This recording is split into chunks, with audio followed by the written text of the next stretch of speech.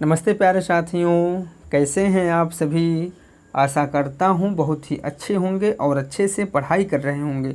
दोस्तों, आज हम आप सबके समक्ष प्रवक्ता चयन परीक्षा यानी कि पीजीटी हिंदी से संबंधित प्रैक्टिस सेट संख्या 14 लेके आए हैं। अभी तक हम लोगों ने इसके अंतर्गत कुल 13 प्रैक्टिस सेट देखे हैं, जिसका वीडियो आप मेरे यूट्यूब चैनल के प्लेलिस्ट से प्राप्त कर देख सकते हैं। इसके अलावा इन सब का पीडीएफ जो है आप मेरे टेलीग्राम चैनल या फिर व्हाट्सएप ग्रुप से प्राप्त कर सकते हैं। चलिए देर न करते हुए शुरू करते हैं क्वेश्चन नंबर 1 से। यदि मेरा वीडियो आप सभी लोगों को अच्छा लगे तो लाइक करें और सब्सक्राइब करें। दोस्तों, आप लोग मुझे कमेंट करके ज़रूर बताइएगा कि आप लोगों का कितना क्वेश्चन सही हुआ है। क्वेश्चन नंबर 1 है, प्रथम विश्व हिंदी सम्मेलन कहाँ हुआ था? दिल्ली में हुआ था, नागपुर में हुआ था, मॉरिशस में हुआ था या फिर लंदन में हुआ था? तो प्रथम विश्व हिंदी सम्मेलन जो है महाराष्ट्र के नागपुर में हुआ था। ऑप्शन नंबर बी सही हो जाएगा। जबकि द्वितीय विश्व हिंदी सम्मेलन जो है मॉरिशस में हुआ था। तृतीय विश्व हिंदी सम्मेलन जो है दिल्ली में हुआ था। चलिए हम लोग अगला क्वेश्चन देखते हैं। इनमें से वर्तनी की दृष्टि से शुद्ध शब्द कौन सा है? तो इनमें से वर्तनी की दृष्टि से जो शुद्ध शब्द है वह है उज्ज्वल। ऑप्शन नंबर बी सही हो जाएगा। चलिए हम लोग अगला क्वेश्चन देखते हैं। क्वेश्चन नंबर 3 देखते हैं। निम्नलिखित विकल्पों में से शब्द की शुद्ध वर्तनी वाले शब्द का चुनाव करना है। बताए आप लोग इनमें से कौन सा एक शुद्ध वर्तनी वाला शब्द है? तो वह है दर्पण। ऑप्शन नंबर बी सही हो जाएगा। चलिए हम लोग अगला क्वेश्चन देखते हैं। क्वेश्चन नंबर 4 देखते हैं। क्वेश्चन नंबर 4 क्या है? सौदामिनी का पर्यायवाची शब्द है। बताइए आप लोग सौदामिनी का पर्यायवाची शब्द क्या है? तो सौदामिनी का जो पर्यायवाची शब्द है वह है क्षण प्रभा। ऑप्शन नंबर सी सही हो जाएगा। चलिए हम लोग अगला क्वेश्चन देखते हैं। क्वेश्चन नंबर 5 देखते हैं। ध्यान मग्न में कौन सा समास है? बताइए आप लोग ध्यान मग्न में कौन सा समास है? अव्ययी भाव समास है, कर्मधारय समास है, तत्पुरुष समास है या फिर बहुब्रीहि समास है? तो ध्यान मग्न में जो समास है वह है तत्पुरुष समास। ऑप्शन नंबर सी सही हो जाएगा। चलिए हम लोग अगला क्वेश्चन देखते हैं। क्वेश्चन नंबर 6 देखते हैं। नरसिंह में कौन सा समास है? अव्ययी भाव समास है, तत्पुरुष समास है, कर्मधारय समास है या फिर द्विगु समास है? तो नरसिंह में जो समास है वह है कर्मधारय समास। ऑप्शन नंबर सी सही हो जाएगा। चलिए हम लोग अगला क्वेश्चन देखते हैं। क्वेश्चन नंबर 7 देखते हैं। निम्नलिखित युग्मों में से एक लिंग की दृष्टि से शुद्ध है, उसे हमें बताना है। बताइए आप लोग इनमें से कौन सा एक युग्म जो है लिंग की दृष्टि से शुद्ध है? तो वह है ऑप्शन नंबर डी सुलोचन, सुलोचना। चलिए हम लोग अगला क्वेश्चन देखते हैं। क्वेश्चन नंबर 8 देखते हैं। क्वेश्चन नंबर 8 क्या है? सब पेड़ में सब किस प्रकार का विशेषण है? तो सब पेड़ में सब जो है अनिश्चित संख्यावाचक विशेषण है। ऑप्शन नंबर बी सही हो जाएगा। कौन सा? ऑप्शन नंबर बी सही हो जाएगा। चलिए हम लोग अगला क्वेश्चन देखते हैं। क्वेश्चन नंबर 9 देखते हैं। जिन ध्वनि चिन्हों द्वारा मनुष्य परस्पर विचार विनिमय करता है उसको समष्टि रूप में भाषा कहते हैं। भाषा की यह परिभाषा किसकी है? तो भाषा की यह परिभाषा जो है डॉक्टर बाबूराम सक्सेना की है। ऑप्शन नंबर सी सही हो जाएगा। चलिए हम लोग अगला क्वेश्चन देखते हैं। कन्नौजी हिंदी किस उपभाषा की एक बोली है? पूर्वी हिंदी की, पश्चिमी हिंदी की, राजस्थान हिंदी की या फिर पहाड़ी हिंदी की? कन्नौजी पश्चिमी हिंदी उपभाषा की एक बोली है। ऑप्शन नंबर बी सही हो जाएगा। चलिए हम लोग अगला क्वेश्चन देखते हैं। क्वेश्चन नंबर 11 देखते हैं। ओ औ किस प्रकार के वर्ड हैं? ओ औ जो है कंठोष्ठ प्रकार के वर्ड हैं। ऑप्शन नंबर डी सही हो जाएगा। चलिए हम लोग अगला क्वेश्चन देखते हैं। क्वेश्चन नंबर 12 देखते हैं। किस तिथि को हिंदी को राजभाषा बनाने का निर्णय लिया गया था? तो हिंदी को राजभाषा बनाने का निर्णय जो है 14 सितंबर 1949 को लिया गया था। ऑप्शन नंबर सी सही हो जाएगा। चलिए हम लोग अगला क्वेश्चन देखते हैं। हिंदी जिस लिपि में लिखी जाती है वह है? बताइए आप लोग हिंदी जिस लिपि में लिखी जाती है उसे क्या कहते हैं? तो उसे जो है देवनागरी लिपि कहते हैं। ऑप्शन नंबर बी सही हो जाएगा। चलिए हम लोग अगला क्वेश्चन देखते हैं। मेरो शब पुरुषारथ थाको किस भाषा की पंक्ति है? मेरो शब पुरुषारथ थाको जो है ब्रज भाषा की पंक्ति है। ऑप्शन नंबर सी सही हो जाएगा। चलिए हम लोग अगला क्वेश्चन देखते हैं। क्वेश्चन नंबर 15 देखते हैं। अजो तरयोना ही रहो शुद्ध सेवक इकरंग में कौन सा अलंकार है? श्लेष, रूपक, उपमा या फिर उत्प्रेक्षा अलंकार है? तो उपयुक्त पंक्ति में श्लेष अलंकार है। ऑप्शन नंबर ए सही हो जाएगा। चलिए हम लोग अगला क्वेश्चन देखते हैं। क्वेश्चन नंबर 16 देखते हैं। अधर धरत हरिके परत ओठ दीठ पट जोत हरित बांस की बांसुरी इंद्रधनुष रंग होत। उपयुक्त दोहे में कौन सा अलंकार है? तो उपयुक्त दोहे में जो अलंकार होगा वह होगा तत्गुण अलंकार। ऑप्शन नंबर डी सही हो जाएगा। चलिए हम लोग अगला क्वेश्चन देखते हैं। क्वेश्चन नंबर 17 देखते हैं। तो पर 12 उर्वशी सुन राधिके सुजान, तू मोहन के उर्वशी हवे उर्वशी समान। प्रस्तुत दोहे में कौन सा अलंकार है? श्लेष अलंकार है, रूपक अलंकार है, यमक अलंकार है या फिर उपमा अलंकार है? तो प्रस्तुत दोहे में जो है यमक अलंकार है। ऑप्शन नंबर सी सही हो जाएगा। चलिए हम लोग अगला क्वेश्चन देखते हैं। निम्नलिखित में से कौन सा वर्णिक छंद है? बताइए आप लोग इनमें से कौन सा एक वर्णिक छंद है? छप्पय है, सोरठा है या फिर उपेंद्र वज्रा है या फिर रोला है? इनमें से जो वर्णिक छंद है या वह है Upendra Vajra. Option number C सही हो जाएगा। चलिए हम लोग अगला क्वेश्चन देखते हैं। क्वेश्चन नंबर 19 देखते हैं। गर्भ करव रघुनंदन जन मन माह, देखो आपन मूरत सी के छां में कौन सा छंद है? बरबय है या फिर सवैया है या फिर दोहा है या फिर सोरठा है? इसमें सोरठा होगा। इसमें जो ऑप्शन सही हो जाएगा ऑप्शन नंबर ए हो जाएगा, बरबय है। कौन सा? ऑप्शन नंबर ए सही हो जाएगा। चलिए हम लोग अगला क्वेश्चन देखते हैं। इंद्र वज्रा छंद के एक चरण में कितने वर्ण होते हैं? 11 होते हैं, 12 होते हैं, 13 होते हैं या फिर 14 होते हैं? इसमें जो ऑप्शन सही हो जाएगा ऑप्शन नंबर ए हो जाएगा, 11 वर्ण होते हैं। चलिए हम लोग अगला क्वेश्चन देखते हैं। क्वेश्चन नंबर 21 देखते हैं। आलंबन और उद्दीपन विभावों के कारण उत्पन्न भावों को बाहर प्रकाशित करने वाले कार्य कहलाते हैं। विभाव कहलाते हैं, अनुभाव कहलाते हैं, संचारी भाव कहलाते हैं या फिर अस्थायी भाव कहलाते हैं? इसमें जो ऑप्शन सही हो जाएगा अनुभाव कहलाते हैं। ऑप्शन नंबर बी सही हो जाएगा। कौन सा? ऑप्शन नंबर बी सही हो जाएगा। चलिए हम लोग अगला क्वेश्चन देखते हैं। नाट्य के संदर्भ में भरत मुनि के अनुसार रसों की संख्या है? 8 है, 9 है, 10 है या फिर 11 है? जिसमें जो ऑप्शन सही हो जाएगा भरत मुनि के अनुसार रसों की संख्या जो है 8 है। ऑप्शन नंबर ए सही हो जाएगा। चलिए हम लोग अगला क्वेश्चन देखते हैं। क्वेश्चन नंबर 23 देखते हैं। इनमें से किनके अनुसार 73 अलंकार होते हैं? बताइए आप लोग इनमें से किनके अनुसार जो है 73 अलंकार होते हैं? तो रुद्रट के अनुसार 73 अलंकार होते हैं। ऑप्शन नंबर ए सही हो जाएगा। चलिए हम लोग क्वेश्चन नंबर 24 देखते हैं। निम्नलिखित में से कौन सा अर्थ प्रकृतियों के अंतर्गत नहीं आता? कार्य नहीं आता, पताका नहीं आता, प्रकृति नहीं आता या फिर विषादांत नहीं आता? तो इसमें जो ऑप्शन सही हो जाएगा विषादांत नहीं आता। ऑप्शन नंबर डी सही हो जाएगा। चलिए हम लोग अगला क्वेश्चन देखते हैं। भरत मुनि के अनुसार काव्य में कुल कितने गुण होते हैं? तो भरत मुनि के अनुसार काव्य में कुल 10 गुण होते हैं। ऑप्शन नंबर ए सही हो जाएगा। चलिए हम लोग अगला क्वेश्चन देखते हैं। क्वेश्चन नंबर 26 देखते हैं। लिखन बैठ जाकी सभी, गई गई गर्भ गरूर, भय न केते जगत के, चतुर चितेरे क्रूर। इस दोहे में सभी शब्द का अर्थ क्या है? तो इस दोहे में सभी शब्द का अर्थ जो है वह है चित्र नायिका के समान। ऑप्शन नंबर ए हो जाएगा। चलिए हम लोग अगला क्वेश्चन देखते हैं। क्वेश्चन नंबर 27 देखते हैं। सुंदर है विहग सुमन सुंदर, मानव तुम सबसे सुंदरतम में कौन सा काव्य दोष है? तो उपयुक्त काव्य पंक्ति में अधिक पदत्व काव्य दोष है। ऑप्शन नंबर ए सही हो जाएगा। चलिए हम लोग अगला क्वेश्चन देखते हैं। क्वेश्चन नंबर 28 देखते हैं।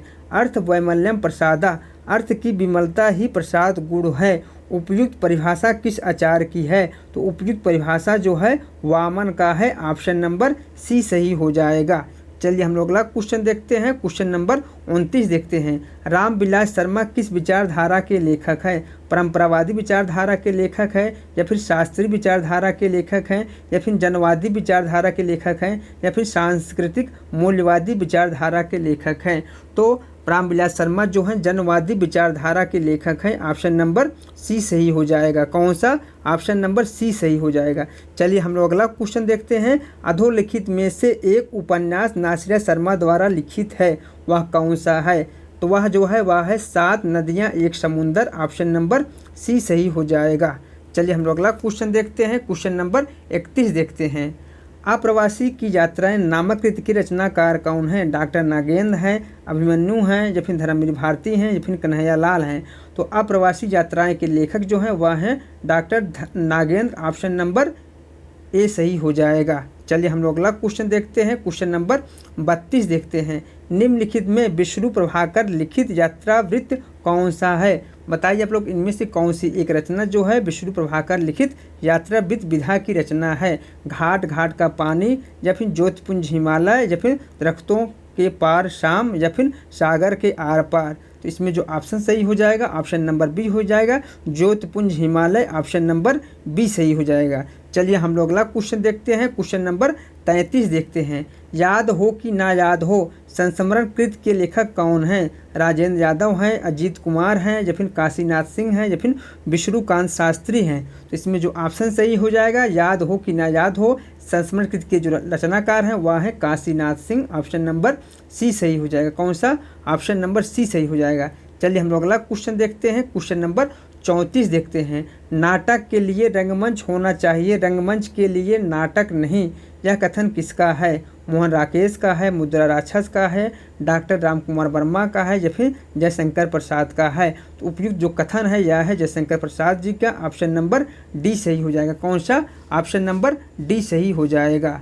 चलिए हम लोग अगला क्वेश्चन देखते हैं। क्वेश्चन नंबर 35 देखते हैं। भाषा और समाज ग्रंथ के लेखक का क्या नाम है? रामचंद्र शुक्ल है, ग्रियर्सन है, या फिर रामविलास शर्मा है, या फिर श्याम सुंदर दास है। तो भाषा और समाज ग्रंथ की जो लेखक हैं वह है Ramvilas Sharma, option number C सही हो जाएगा। चलिए हम लोग अगला क्वेश्चन देखते हैं।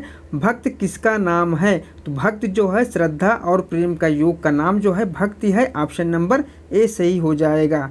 चलिए हम लोग अगला क्वेश्चन देखते हैं। क्वेश्चन नंबर 37 देखते हैं। नई कहानी की विशेष उपलब्धि किस क्षेत्र में रही है?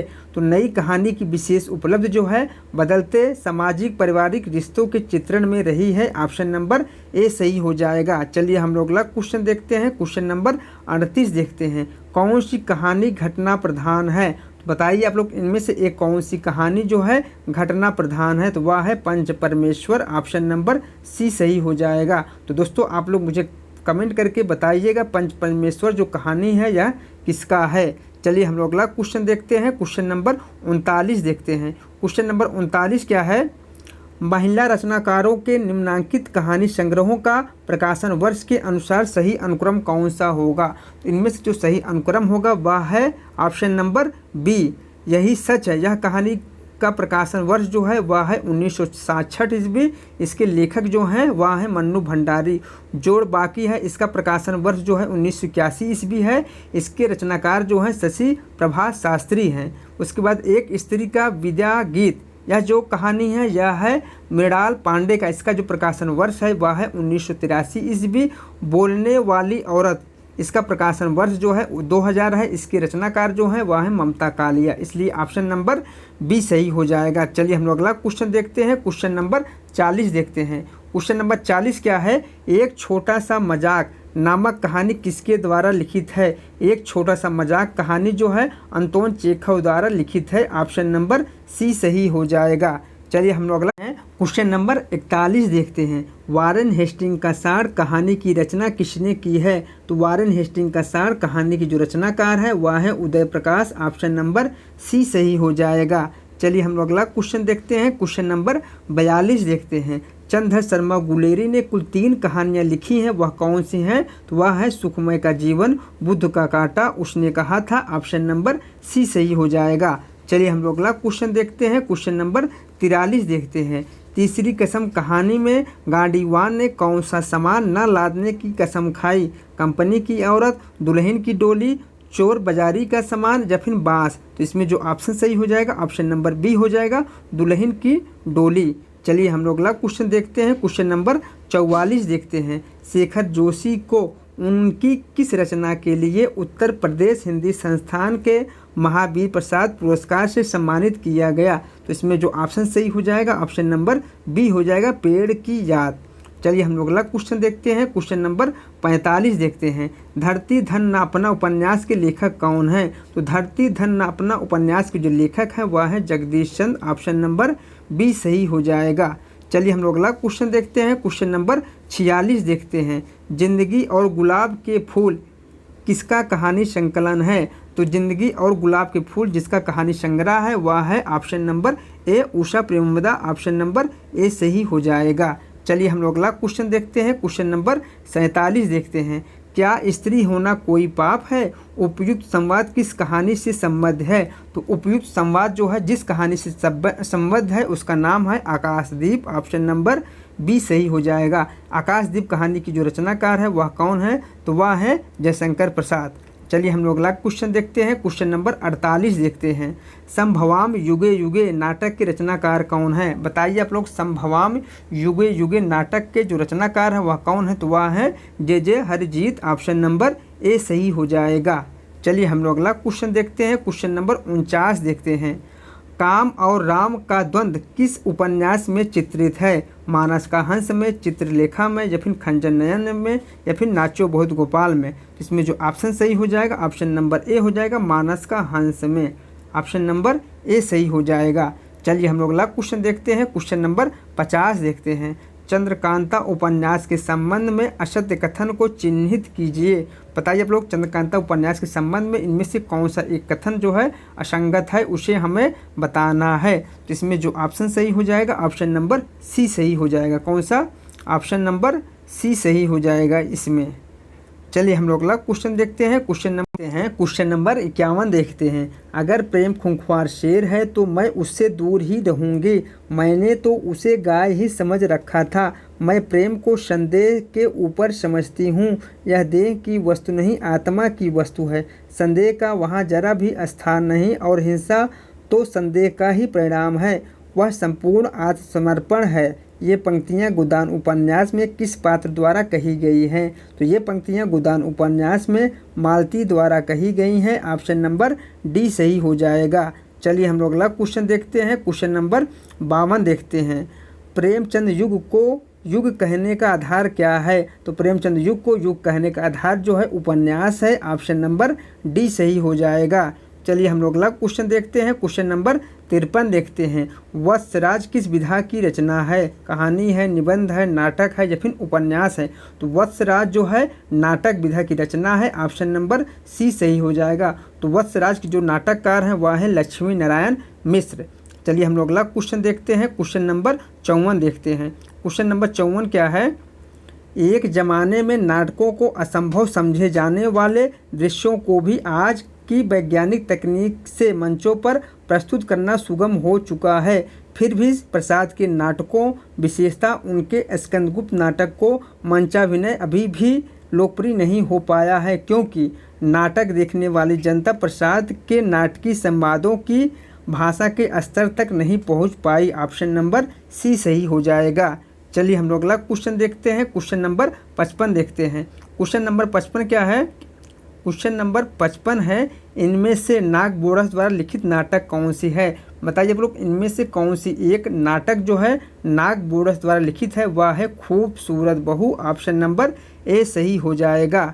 चलिए हम लोग अगला क्वेश्चन देखते हैं। क्वेश्चन नंबर 56 देखते हैं। रंग दे बसंती चोला नाटक के रचनाकार कौन है? सुरेंद्र शर्मा है, मोहन राकेश हैं, भीष्म साहनी हैं, या फिर विनोद रस्तोगी हैं? तो रंग दे बसंती चोला के जो नाटककार हैं वह है Bhisham Sahni. Option number C सही हो जाएगा।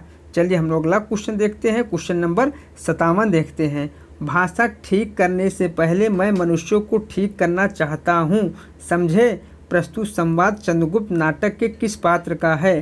तो प्रस्तुत संवाद जो है चंद्रगुप्त नाटक के चाणक्य पात्र का है। ऑप्शन नंबर बी सही हो जाएगा। कौन सा? ऑप्शन नंबर बी सही हो जाएगा। चलिए हम लोग अगला क्वेश्चन देखते हैं। क्वेश्चन नंबर 58 देखते हैं। इनमें भारतेंदु का नाटक नहीं है। बताइए आप लोग, इनमें से कौन सा एक नाटक जो है भारतेंदु का नहीं है? भारत दुर्दशा, प्रेम योगिनी और चंद्रावली जो है भारतेंदु का नाटक है, जबकि राजश्री जो है जयशंकर प्रसाद का नाटक है। इसलिए ऑप्शन नंबर डी सही हो जाएगा। चलिए हम लोग अगला क्वेश्चन देखते हैं। क्वेश्चन नंबर 59 देखते हैं। क्वेश्चन नंबर 59 क्या है? प्रसाद के नाटकों और उनके पात्रों से संबंधित कौन सा कथन सही नहीं है उसे हमें बताना है। तो इसमें जो ऑप्शन सही हो जाएगा ऑप्शन नंबर ए हो जाएगा। चलिए हम लोग अगला क्वेश्चन देखते हैं। क्वेश्चन नंबर 60 देखते हैं। क्वेश्चन नंबर 60 क्या है?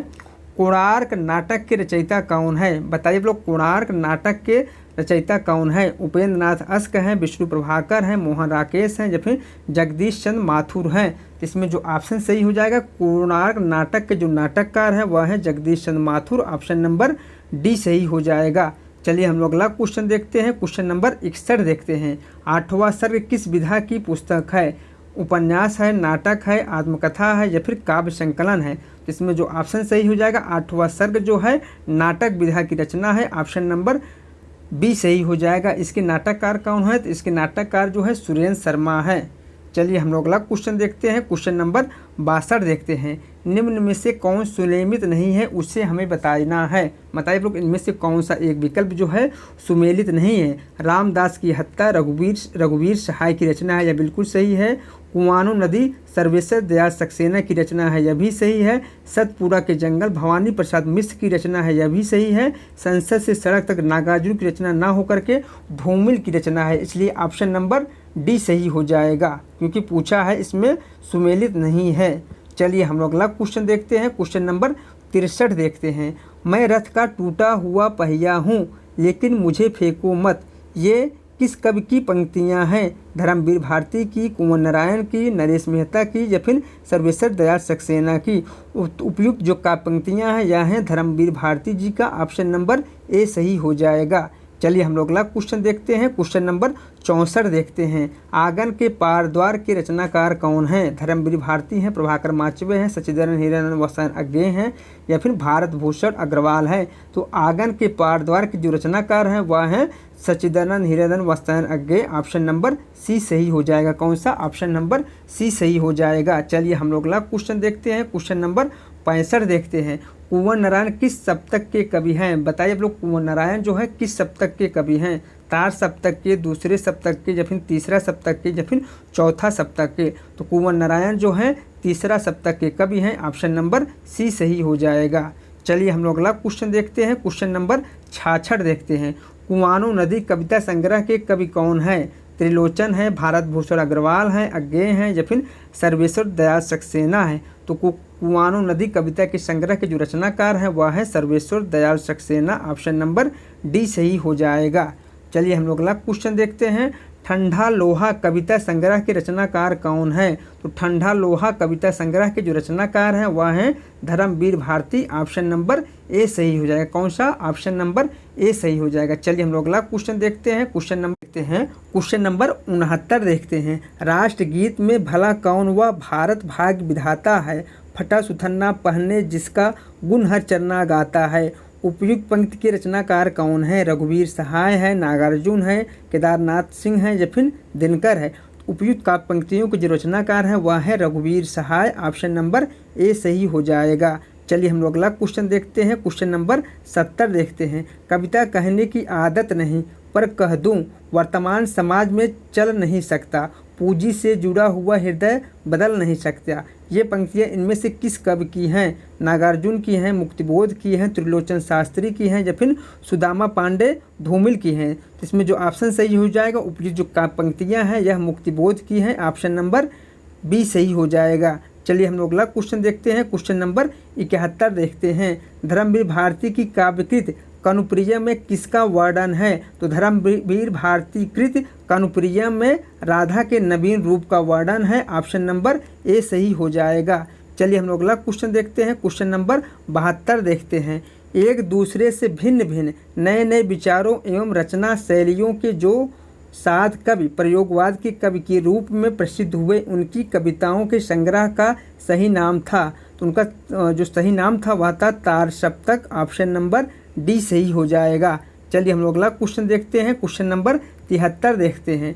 गजानंद माधव मुक्तिबोध की रचना चाँद का मुँह टेढ़ा है में कौन सी कविता संकलित नहीं है? तो वह है जन्मदिन धूप में। ऑप्शन नंबर ए सही हो जाएगा। कौन सा? ऑप्शन नंबर ए सही हो जाएगा। बाकी तीनों रचनाएं जो हैं चाँद का मुँह टेढ़ा है में संकलित हैं। चलिए हम लोग अगला क्वेश्चन देखते हैं। क्वेश्चन नंबर 74 देखते हैं। जमीन पक रही है किसका कविता संग्रह है? नागार्जुन का है, नरेश मेहता का है, केदारनाथ अग्रवाल का है या फिर केदारनाथ सिंह का है? तो जमीन पक रही है कविता संग्रह जो है केदारनाथ सिंह का है। ऑप्शन नंबर डी सही हो जाएगा। चलिए हम लोग अगला क्वेश्चन देखते हैं। क्वेश्चन नंबर 75 देखते हैं। रूप तरंग किसका काव्य संग्रह है? रामविलास शर्मा का, केदारनाथ अग्रवाल का, पंत का या फिर गिरिजा कुमार माथुर का? इसमें जो ऑप्शन सही हो जाएगा रूप तरंग काव्य संग्रह जो है रामविलास शर्मा का है। ऑप्शन नंबर ए सही हो जाएगा। चलिए हम लोग अगला क्वेश्चन देखते हैं। क्वेश्चन नंबर 76 देखते हैं। निम्नलिखित में से कौन तार सप्तक के कवि नहीं है? बताए आप लोग इनमें से कौन एक कवि जो है तार सप्तक के कवि नहीं है? तो वह है अज्ञेय, भवानी प्रसाद मिश्र, नेमचंद जैन या फिर मुक्तिबोध। इसमें जो ऑप्शन सही हो जाएगा ऑप्शन नंबर बी हो जाएगा। भवानी प्रसाद मिश्र जो है तार सप्तक के कवि नहीं, बाकी तीनों जो है तार सप्तक के कवि हैं। चलिए हम लोग अगला क्वेश्चन देखते हैं। निम्नलिखित युग्मों में एक सुमेलित नहीं है, उसे हमें बताना है। गीत फरोश जो है भवानी प्रसाद मिश्र की रचना है, यह बिल्कुल सही है। चाँद का मुँह टेढ़ा गजानंद माधव मुक्तिबोध की रचना है, यह भी सही है। धूप के धान गिरजा कुमार माथुर की रचना है, यह भी सही है। जबकि टूटने का सुख अज्ञेय की रचना ना होकर किसकी रचना है? भवानी प्रसाद मिश्र की रचना है। इसलिए ऑप्शन नंबर कौन सा? डी सही हो जाएगा। चलिए हम लोग अगला क्वेश्चन देखते हैं। क्वेश्चन नंबर 78 देखते हैं। मांझी के पुल से कितनी दूर है मांझी का पुल? कौन बड़ा है, वह जो नदी पर खड़ा है मांझी का पुल, या जो टंगा है लोगों के अंदर? इन पंक्तियों के रचनाकार कौन हैं? बताओ लोग इन पंक्तियों के रचनाकार कौन हैं? केदारनाथ अग्रवाल हैं या फिर केदारनाथ सिंह हैं या फिर कुंवर नारायण हैं या फिर धर्मवीर भारती हैं? तो इन पंक्तियों के जो रचनाकार है वह है Kedarnath Singh. Option number B सही हो जाएगा। कौन सा? ऑप्शन नंबर बी सही हो जाएगा। चलिए हम लोग अगला क्वेश्चन देखते हैं। रामधारी सिंह दिनकर की किस कृति को आधुनिक युग की गीता कहा जाता है? तो रामधारी सिंह दिनकर की जिस कृति को आधुनिक युग की गीता कहा जाता है वह है कुरुक्षेत्र। ऑप्शन नंबर सी सही हो जाएगा। चलिए हम लोग अगला क्वेश्चन देखते हैं। क्वेश्चन नंबर 80 देखते हैं। रामधारी सिंह दिनकर को ज्ञानपीठ पुरस्कार किस रचना पर दिया गया? तो रामधारी सिंह दिनकर को ज्ञानपीठ पुरस्कार जो है उर्वशी रचना पर 1972 ईस्वी में दिया गया। ऑप्शन नंबर ए सही हो जाएगा। चलिए हम लोग अगला क्वेश्चन देखते हैं। प्रमुख 3 प्रगतिवादी कवियों के नाम लिखिए। बताए आप लोग इनमें से कौन 3 प्रमुख प्रगतिवादी कवि हैं? तो वह है Ramvilas Sharma, Nagarjun, Trilochan. Option number D सही हो जाएगा। कौन सा? ऑप्शन नंबर डी सही हो जाएगा। चलिए हम लोग अगला क्वेश्चन देखते हैं। प्रकाशन वर्ष की दृष्टि से महादेवी वर्मा की काव्य रचनाओं का सही अनुक्रम क्या होगा? तो वह होगा निहार, रसीम, संध्या गीत, दीपशिखा। ऑप्शन नंबर सी सही हो जाएगा। निहार का जो प्रकाशन वर्ष है वह है 1930 ईस्वी।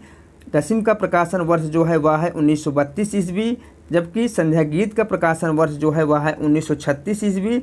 दीप शिखा का प्रकाशन वर्ष जो है वह है 1942 ईस्वी। इसलिए ऑप्शन नंबर कौन सा? सी सही हो जाएगा। चलिए हम लोग अगला क्वेश्चन देखते हैं। क्वेश्चन नंबर 83 देखते हैं। छायावाद को स्थूल के प्रति सूक्ष्म का विद्रोह किसने कहा है? बताइए आप लोग छायावाद को किसने स्थूल के प्रति सूक्ष्म का विद्रोह कहा है? सुमित्रा नंदन पंत ने कहा है या फिर डॉक्टर नागेंद्र ने कहा है या फिर रामचंद्र शुक्ल ने कहा है या फिर जयशंकर प्रसाद ने कहा है? इसमें जो ऑप्शन सही हो जाएगा ऑप्शन नंबर बी हो जाएगा। डॉक्टर नागेंद्र ने कहा है। किसने?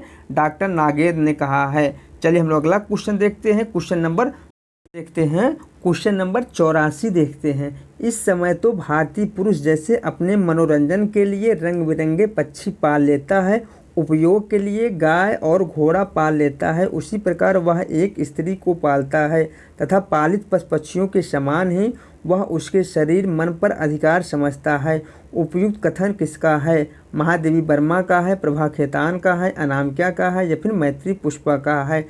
तो उपयुक्त जो कथन है यह है महादेवी वर्मा का। ऑप्शन नंबर ए सही हो जाएगा। चलिए हम लोग अगला क्वेश्चन देखते हैं। क्वेश्चन नंबर 85 देखते हैं। क्वेश्चन नंबर 85 क्या है? किस कवि के समग्र काव्य में छायावाद, रहस्यवाद, प्रगतिवाद, प्रयोगवाद और नई कविता की विशेषताएं एक साथ मिलती हैं? तब लोग इनमें से कौन सा ऑप्शन सही हो जाएगा? सुमित्रा नंदन पंत होगा, जयशंकर प्रसाद होगा या फिर सूर्यकांत त्रिपाठी निराला होगा या फिर शिवमंगल सिंह सुमन होगा? इसमें जो ऑप्शन सही हो जाएगा ऑप्शन नंबर सी हो जाएगा, सूर्यकांत त्रिपाठी निराला। चलिए हम लोग अगला क्वेश्चन देखते हैं। क्वेश्चन नंबर 86 देखते हैं। क्वेश्चन नंबर 86 क्या है? छायावाद के संदर्भ में निम्नलिखित में से कौन सा कथन एक असत्य है, उसे हमें बताना है। छायावाद के संबंध में जो कथन असत्य है वह है ऑप्शन नंबर ए।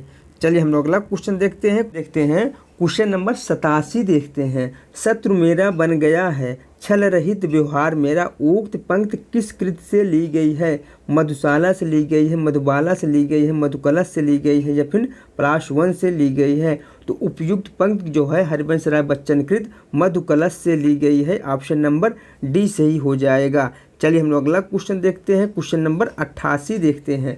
ज्ञान भिन्न कुछ क्रिया भिन्न है, इच्छा क्यों पूरी हो मन की, एक दूसरे से न मिल सके, यह विडंबना है जीवन की।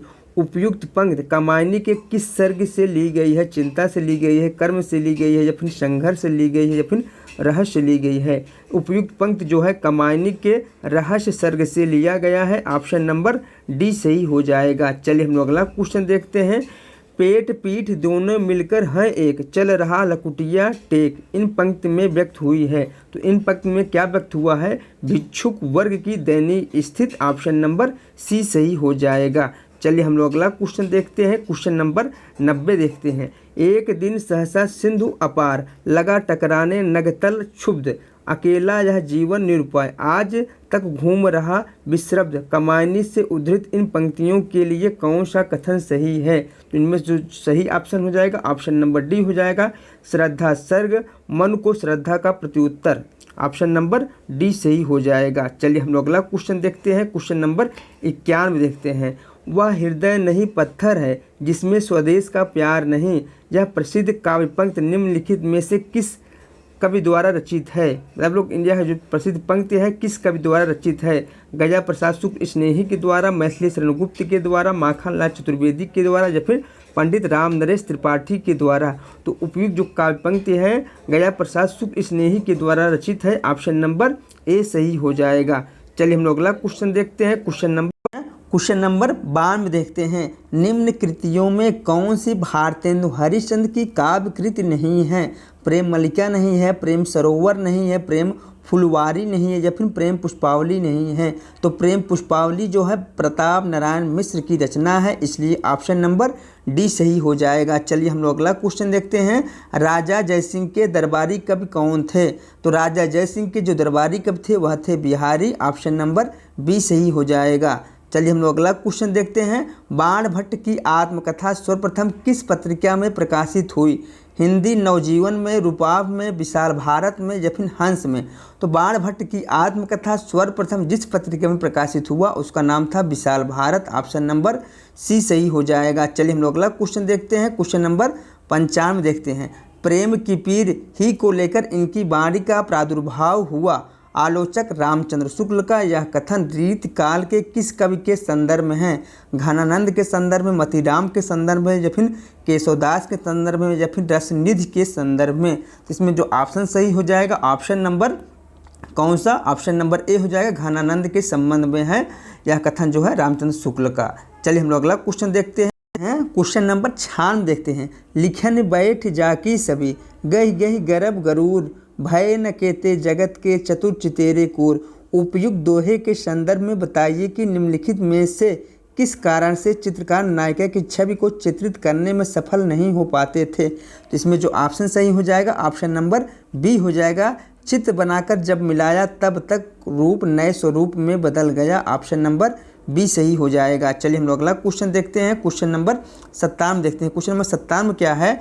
जगत विनोद की रचना किस कवि ने की थी। चिंतामणि ने, तोष ने, या फिर पद्माकर ने, या फिर रसलीन ने। तो जगत विनोद की जो रचनाकार है वह है पद्माकर। ऑप्शन नंबर सी सही हो जाएगा। चलिए हम लोग अगला क्वेश्चन देखते हैं। क्वेश्चन नंबर 58 देखते हैं।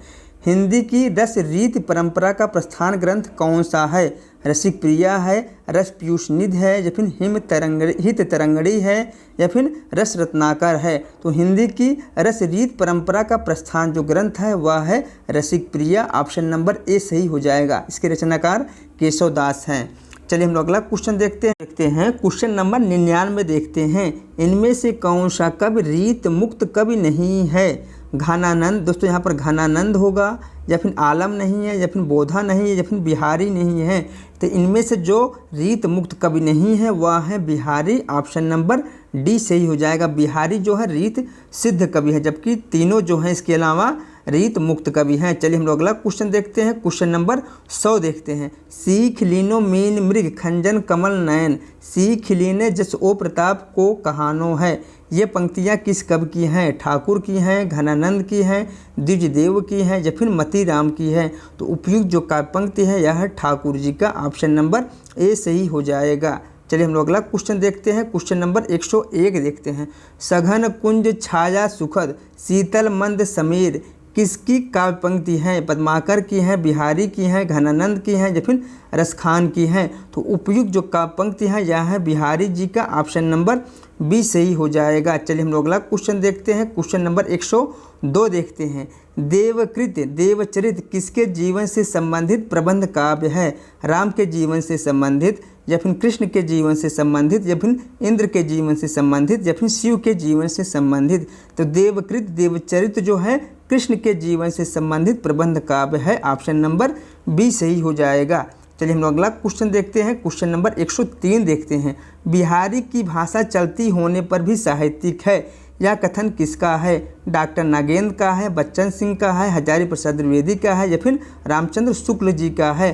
तो बिहारी की भाषा चलती होने पर भी साहित्यिक है, यह जो कथन है यह है आचार्य रामचंद्र शुक्ल जी का, ऑप्शन नंबर डी सही हो जाएगा। चलिए हम लोग अगला क्वेश्चन देखते हैं। क्वेश्चन नंबर 104 देखते हैं। अली कली ही चौ बांधो आगे कौन हवाल? उक्त में कवि बिहारी का कौन सा रूप प्रकट हुआ है?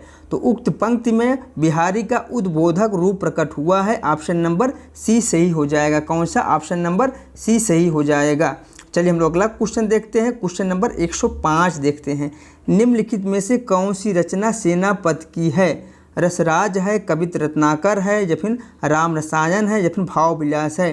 तो सेनापति की रचना जो है वह है कवित रत्नाकर, ऑप्शन नंबर बी सही हो जाएगा। चलिए हम लोग अगला क्वेश्चन देखते हैं। क्वेश्चन नंबर 106 देखते हैं।